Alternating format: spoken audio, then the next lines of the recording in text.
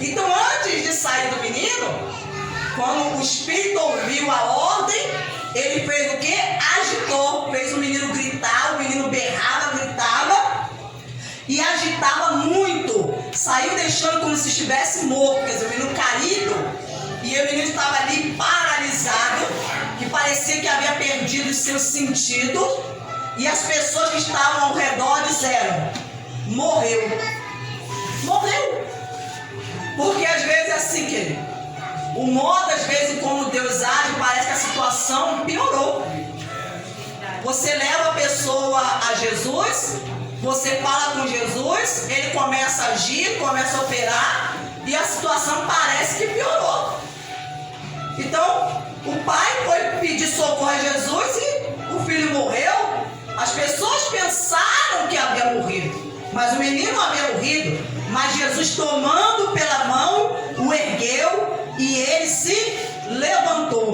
Aleluia, porque na presença de Jesus todo mundo se levanta, querido.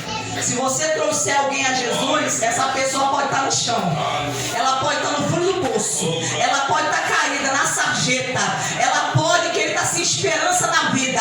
Mas se você trouxer a Jesus, se você clamar a Jesus, se você crer, se você usar a sua fé, aleluia, se você ordenar esse espírito que está querendo agitando essa pessoa, fazendo ela cair, aleluia, trazendo males, sofrimento, Jesus vai tomar essa pessoa pela mão e vai levantar e vai colocá-la de pé. Aleluia. Ele vai colocar a pessoa de pé. Vai colocar. Porque ele é aquele que nos toma pela sua mão direita. Ele falou: eu te tomo pela tua mão direita, eu te sustento com a minha destra fiel e digo a você: não temas, porque eu sou contigo. Aleluia. A mão dele não está encolhida para que não possa salvar, não. Ele mostrou aqui que a mão dele estava estendida para quem está caído, para quem, querido, está por baixo. Aleluia, porque é isso que o diabo faz. Fazia esse menino e o seu pai está sempre por baixo, se sentindo inferior, no chão. Alguém que está no chão é alguém que está por baixo, alguém que está humilhado, alguém que está sendo pisado, alguém que está sendo envergonhado. Então olha a situação que esse pai estava enfrentando. Mas Jesus o levantou, o ergueu, querido. Aleluia. Se a pessoa vem a Jesus, Jesus ergue a sua vida, porque ele falou que ele ergue o homem do monturo do lixo. Ele ergue o homem do lixo, do pó, e faz assentar entre os príncipes do seu povo. Aleluia. Coloque em lugar de honra. Aleluia. Coloque em lugar de glória, lugar de exaltação. Ele levanta a pessoa, ele faz a pessoa ficar de pé e andar de cabeça erguida. Aleluia. Oh, glória! Glória a Deus. Jesus tirou, querido, a vergonha desse pai, o sofrimento desse pai. Jesus trouxe a solução para o problema desse pai. Quando Jesus entrou em casa, os seus discípulos perguntaram em particular. Agora os discípulos, em particular, na presença de Jesus, eles começam a perguntar. E eles dizem: por que nós não podemos expulsá-lo? Senhor, eu não entendo, Senhor. Nós fizemos o que o Senhor mandou. O Senhor havia nos ensinado para que no teu nome expulsássemos os demônios. O Senhor disse que nos deu autoridade sobre os espíritos imundos para curar. E não estou entendendo, Senhor, por que nós não conseguimos expulsar o espírito desse menino. Eu não estou entendendo por que nós não conseguimos ajudá-lo. Qual é o problema? O problema que está em nós. Qual é o nosso problema? Porque quando você não sabe uma coisa, você tem que perguntar a Deus. Você tem que perguntar a Jesus, porque Ele vai te mostrar. Ele vai falar com você. Seja qual for o problema que você esteja enfrentando, você tem que perguntar para Deus: Deus, por que eu não estou conseguindo vencer? Deus, por que eu não estou conseguindo resolver esse problema conjugal? Eu estou com um problema conjugal. Eu estou com meu casamento destruído. E por que eu não consigo vencer esse problema? Deus, eu estou doente. Eu estou enfermo. Essa enfermidade está me debilitando, roubando a minha saúde, destruindo meu corpo. E por que eu não consigo ser curado? Senhor, o que está acontecendo? Aonde? O que está impedindo eu ser curado? Mostra para mim, que se você perguntar, Jesus vai te falar. Ele vai te mostrar. Por que às vezes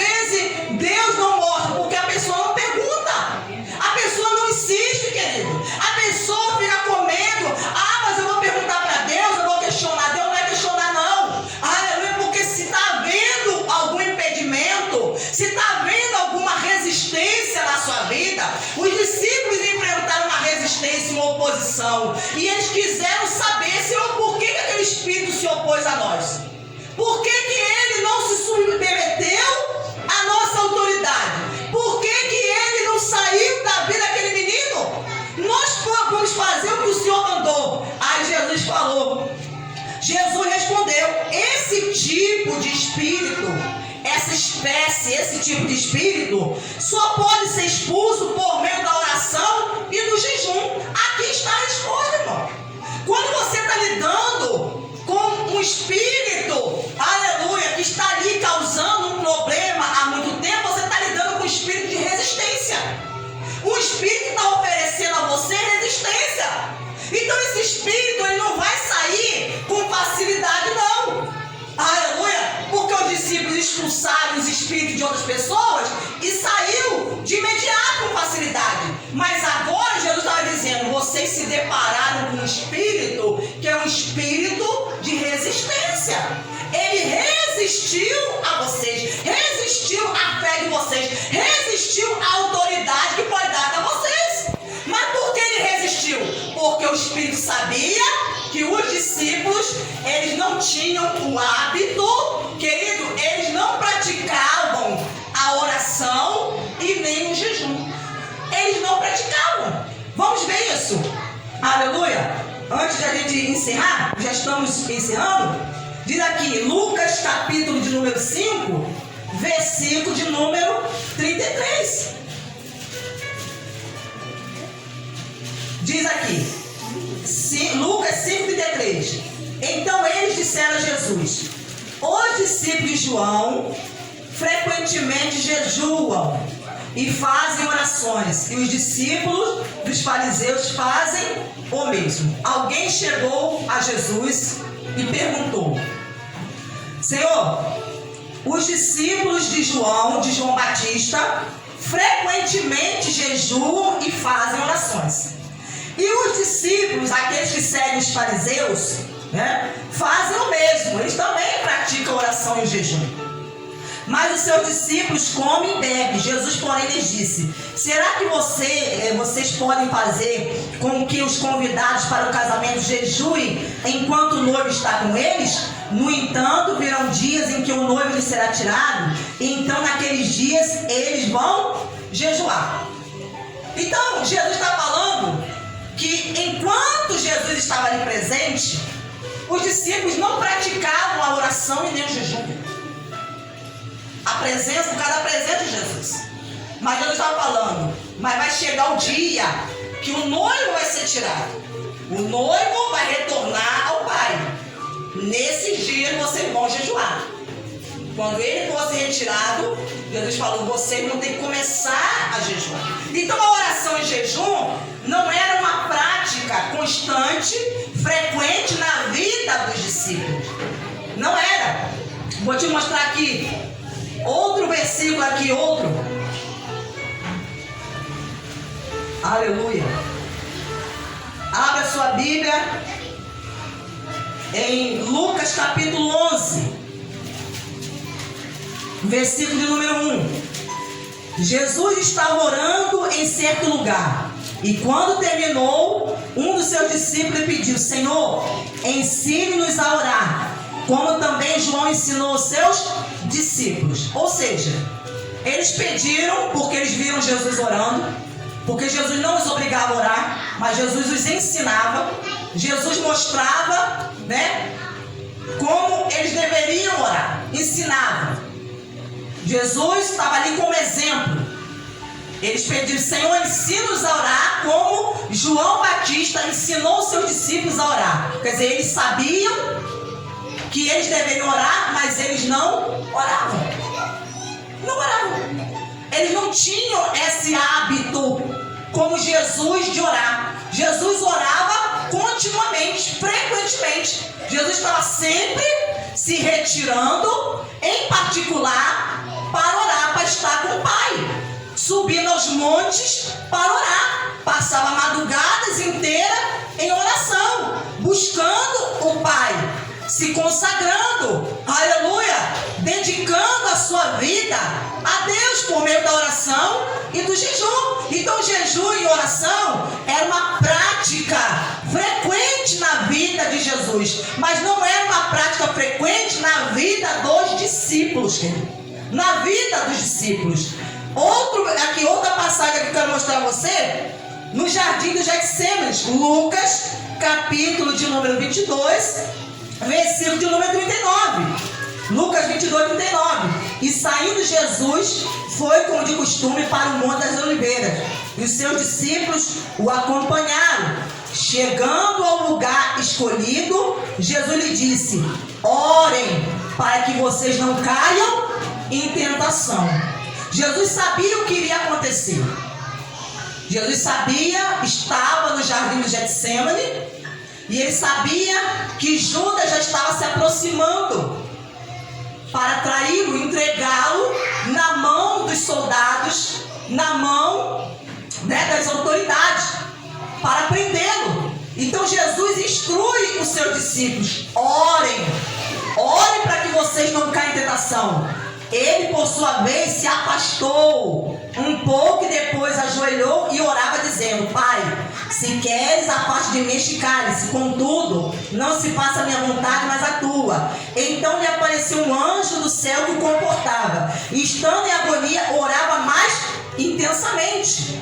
Então, à medida que Jesus ia ficando agoniado, porque sabia o que iria acontecer, porque ele iria morrer, antes de morrer, ele ia passar por um sofrimento. Ele sabia o que estava aguardando a ele. Então ele começou a orar mais intensamente. E aconteceu que o suor dele se tornou em gotas de sangue, caindo sobre a terra. Levantando-se da oração, Jesus foi até onde os discípulos estavam e os encontrou dormindo de tristeza e disse: por que vocês estão dormindo? Levante-se e orem para que não caiam em tentação. Aleluia. Vamos voltar lá em Marcos capítulo 9, versículo de número 29. Então aqui que ele está o porquê que eles não conseguiram expulsar aquele espírito que estava naquele menino. Porque Jesus estava falando para eles: por causa da falta de vida de oração e de jejum. Jesus praticava oração e jejum, mas como eles não praticavam, aleluia, o que aconteceu? Quando eles se depararam com um espírito que ofereceu a eles resistência, eles não conseguiram vencer aquele espírito. Não conseguiram, porque Jesus falou: para vencer esse espírito aí, você tem que ter uma vida com Deus. Você tem que ter uma vida de oração e jejum, uma vida contínua. Você não tem que orar somente quando você vem à igreja. Você não tem que orar somente quando a corda está no teu pescoço. Você não tem que orar somente quando você está em perigo, quando você está sofrendo uma ameaça, quando algo de grave lhe acontece. Não, você tem que orar continuamente. Você tem que orar diariamente. A oração tem que ser algo que faz parte da sua vida. Tem que ser um hábito diário. Aleluia. Você tem que estar em constante comunhão com Deus. Você tem que estar em constante comunhão com Deus por meio da oração e acompanhado da prática do jejum. Porque o jejum vai fazer você mortificar a sua carne para que você esteja sensível à voz de Deus, querido. Você possa então ouvir a voz do Pai falar contigo. Então Jesus estava aqui respondendo a pergunta dos discípulos, o questionamento deles, o porquê. E isso é o que acontece hoje. Por que às vezes a pessoa não consegue vencer determinadas situações, determinados espíritos que estão ali se opondo, se levantando, porque há uma resistência. E Jesus está ensinando: para vencer a resistência, você precisa estar, aleluia, em consagração. Você precisa estar com a sua vida em Deus, querido. Porque do contrário, vai acontecer o que aconteceu com os discípulos. Você vai tentar, você vai querer, você vai se oferecer, você vai desejar: ah, eu quero ajudar as pessoas, eu quero ajudar aquele meu vizinho, eu quero ajudar aquele meu amigo, eu quero ajudar aquele meu parente. Mas aí você se depara com um problema, que já está, há muito tempo ali, e o demônio que está ali, ele não quer sair dali de jeito nenhum. Ele não quer largar aquela vida de jeito nenhum. E ele vai se opor, resistir agir a você. Então isso, querido, é em qualquer situação. Se você está tentando realizar alguma coisa na sua vida, hoje já tentei uma vez, já tentei 2 vezes, 3 vezes, 5 vezes, e não consigo, você está lidando com um espírito de resistência. Você está lidando com um demônio que está resistindo à tua fé, que está resistindo a você. E se você não buscar Deus em oração, você não vai conseguir não, irmão. Não vai conseguir não. Porque Jesus ensinou para os discípulos. Você quer vencer esse espírito? Você quer vencer esse tipo de espírito? Então, querido, ore, jejue, pratique o que Jesus ensinou. Porque a vida da pessoa, ela com os discípulos, não, eu usei o nome de Jesus, eu expulsei, eu repreendi, eu dei ordem, eu bati meu pé, eu falei com voz de autoridade, com firmeza, mas que o problema continuou lá. A situação continua na mesma. A coisa não muda, a coisa não vai, a coisa não anda, a porta continua fechada, os caminhos não se abrem, a doença continua ali, continua insistindo, o problema no casamento continua, o problema na vida sentimental continua. Jesus está falando, você está lidando com o espírito de resistência. Você está lidando com o espírito de resistência, querido. Você quer vencer? Quer ser bem sucedido? Então, que ele siga o conselho de Jesus. Siga. Aleluia. Não pense às vezes em você que algo que você está enfrentando às vezes há anos, que às vezes vai sair da noite para o dia não, querido. Vai sair da noite para o dia não. Se você não for determinado, perseverante, insistente, mais insistente do que o diabo, você não vai conseguir vencer não. Se você não for mais insistente. O problema dos discípulos é que eles tentaram. Tentou. E o que aconteceu? Eles cederam. Acabaram lavando as mãos. Deixa esse problema para lá. Nós tentamos. Não foi resolvido? Não podemos fazer nada. Vamos lavar nossas mãos. Isso aí deve ser, sabe por quê? Não é da vontade de Deus libertar esse garoto, não. Vai ver que ele nasceu para ficar desse jeito. Porque tem pessoas assim. Porque ela está lidando com o espírito de resistência, ela começa a pensar, não, vai ver que é da vontade de Deus, que ele fique sofrendo. Vai ver que isso é propósito de Deus. Deus quer que ele sopra. Deus quer que ele viva assim, né? Deus quer que ele ande desse jeito. Deus quer que ele passe por isso. Mas Jesus mostrou que não. Jesus foi lá e ordenou, expulsou, e o menino ficou o quê? Livre, irmão. Ficou livre, ficou liberto. Aleluia. Então vamos, querido, agir com entendimento. Em nome do Senhor Jesus, amém? Aplaude e glorifique a esse Deus. Fique de pé na presença do Senhor. Aquela legião tem uma missão: ir até o final da sua vida e fazer você perder a salvação. É a legião. Ela tem uma missão: não vai te abandonar até cumprir a missão maligna, você desistir da própria vida. Então esse bloqueio aqui, que nós acabamos de ouvir, é o bloqueio que está acontecendo na vida das pessoas. Está aqui, está acontecendo na sua vida. Você quer, mas não consegue. Tudo que você faz não dá certo. Quando você pensa em fazer o bem, você faz o mal. Quando você pensa em querer construir uma coisa, a coisa cai. Quando você pensa em fazer uma faculdade, estudar, não dá certo. Meu Deus, está acontecendo. Eu entrei na escola, parei de estudar. Eu fui fazer uma faculdade, terminei no meio do caminho. Aí veio o problema. E assim, até arrumar um emprego, estava tudo certo, eu vim trabalhar, me mandaram embora. Trabalhei uma semana e me mandaram embora. Eu conheço uma pessoa que toda vez que a pessoa iniciava no emprego, ficava doente.